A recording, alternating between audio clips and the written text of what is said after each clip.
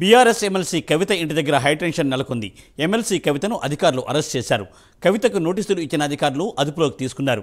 కవితను ఢిల్లీకి తీసుకెళ్లనున్నారు. కవిత 2 ఫోన్లతో పాటు మరో 16 ఫోన్లను కూడా సీజ్ చేశారు అధికారులు. కవిత నివాసానికి కార్యకర్తలు భారీగా చేరుకున్నారు. ఈడీ దాడులకు వ్యతిరేకంగా బీఆర్ఎస్ శ్రేణులు ధర్నా చేస్తున్నాయి. కేంద్రం ఈడీకి వ్యతిరేకంగా నినాదాలు చేస్తున్నారు. దీనిపై మరింత సమాచారాన్ని మా ఇన్పుట్ ఎడిటర్ రాజేంద్ర అందిస్తారు. రాజేంద్ర, ముందు కాసేపు క్రితమే లిక్కర్ స్కామ్ కేసులో కీలక పరిణామంగా మనం చెప్పవచ్చు. ఇవాళ ఈ కేసులో విచారణ ఎదుర్కొంటున్నటువంటి ఎమ్మెల్సీ కవితను కాసేపు క్రితమే హైదరాబాద్ లో ఆమె నివాసంలో ఈడీ అధికారులు అరెస్ట్ చేసడం మనకు స్పష్టంగా తెలుస్తుంది. ఇవాళ ఉదయం నుంచి మొత్తం 10 మంది ఈ అధికారులు, ఐటీ అండ్ ఈడీ అధికారులు కలిసి ఇవాళ కవిత నివాసంలో ఇవాళ ఉదయం నుంచి మొత్తం కూడా సోదాలు చేశారు. దీంట్లో పలు కీలక పత్రాలు కూడా వారు స్వాధీనం చేసినట్టు మనకు తెలుస్తుంది. అయితే కాసేపు క్రితమే ఈ కేసులో ఆమెను అరెస్ట్ చేసినట్లు కూడా ఈడీ అధికారులు ప్రకటించడం మనకు తెలుస్తుంది.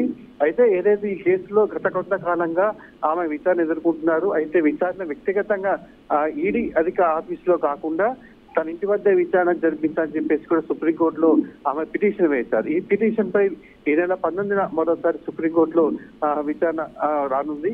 అయితే ఈ నేపథ్యంలో ఇవాళ అనూహ్యంగా ఈడీ అధికారులు అంటే ఐటీ అధికారులు జాయింట్ గా ఇవాళ ఆమె నివాసంలో 10 మంది అధికారులు సోదాలు నిర్వహించిన తర్వాత ఇవాళ అరెస్ట్ చేశారు.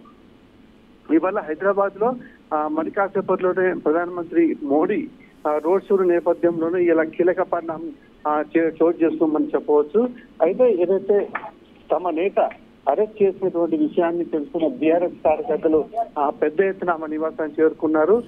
ఈడీ అధికారులకు అదేవిధంగా కేంద్రం వ్యతిరేకంగా వారి నినాదాలు చేస్తుంటే ధర్నాలు చేస్తుంటే కూడా మనకు స్పష్టంగా తెలుస్తుంది. ఇది కావాలనే కేంద్ర ప్రభుత్వం కక్షపూర్తంగా చేస్తుందని చెప్పేసి కూడా వారు ఆరోపిస్తున్నారు. అయితే ట్రాన్సిట్ పర్మిషన్ లేకుండా ఎలా అరెస్ట్ చేస్తారని చెప్పేసి కూడా ఎమ్మెల్యేలు హరీష్ రావు అదేవిధంగా కేటీఆర్ ఇద్దరు కూడా నివాసం చేసుకొని చేరుకున్నారు. ఈ కేటీఆర్ ఏదైతే ఈడీ అధికారులతో వారిని స్పష్టంగా ప్రశ్నించడం మనకు తెలుస్తుంది.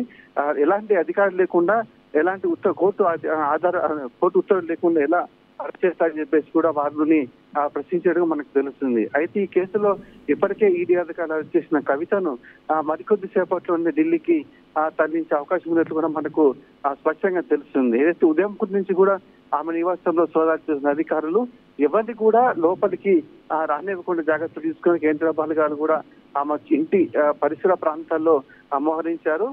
కాసేపటి క్రితమే కేటీఆర్ అదేవిధంగా హరీష్ రావు ఇద్దరు కూడా ఆమె నివాసానికి చేరుకున్నారు. మరి కాసేపట్లోనే వారు ఢిల్లీకి కవితను తరలించే అవకాశం ఉన్నట్లు కూడా మనకు స్పష్టంగా తెలుస్తుంది. Murthy, thank you Rajender, thanks for updates.